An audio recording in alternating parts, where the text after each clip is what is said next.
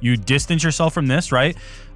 Where the UFC is not involved in this. You explain what happened, which is that this was flagged.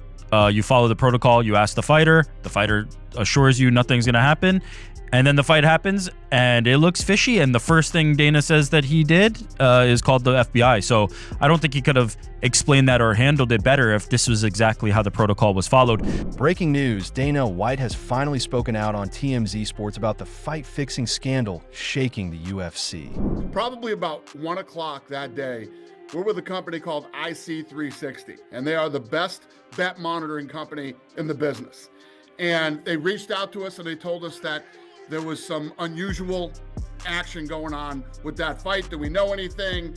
You know, we didn't. So what we did was we called the fighter and his lawyer and said, what's going on? There's some weird action going on in your bet, weird betting action going on in your fight. Are you injured? Do you owe anybody money? Has anybody approached you to, you know, and the kid said, no, absolutely not. Dana said, yeah, it doesn't look good. We got a call about some very suspicious betting activity. And the first thing we did was call the FBI. The fight plays out and first round finish by rear naked choke. Literally the first thing we did was call the FBI. The investigation focuses on the Isaac Dulgarian fight at UFC Vegas 110, where strange betting patterns triggered alarms. Dana explained, we asked the fighter, are you hurt?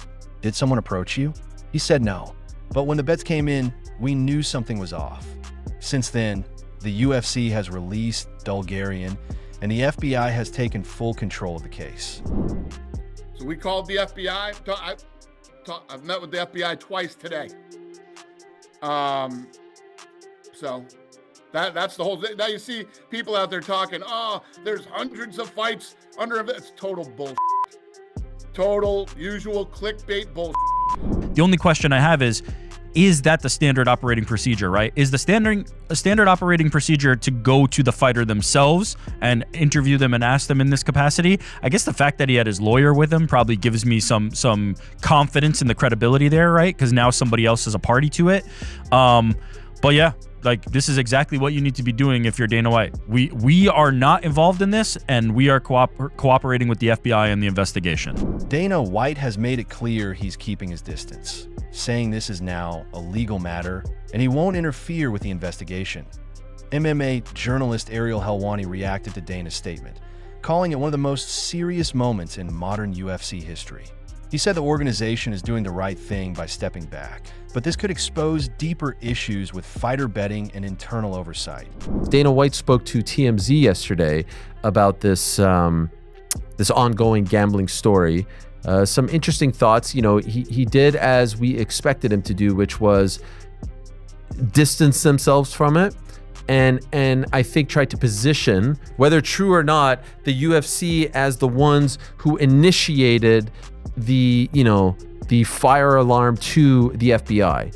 He said that, kind of an interesting choice. I mean, on the one hand, you have to understand what the UFC's positioning is here, probably on some level, which is that they don't want to make it appear any worse than it already is. And there is some debate exactly about how bad it is. What is the true scope of the problem? So I think partly the choice to go to TMZ is, one, they're a sympathetic outlet. And then two, it kind of sort of sends the message that we're bringing down the temperature.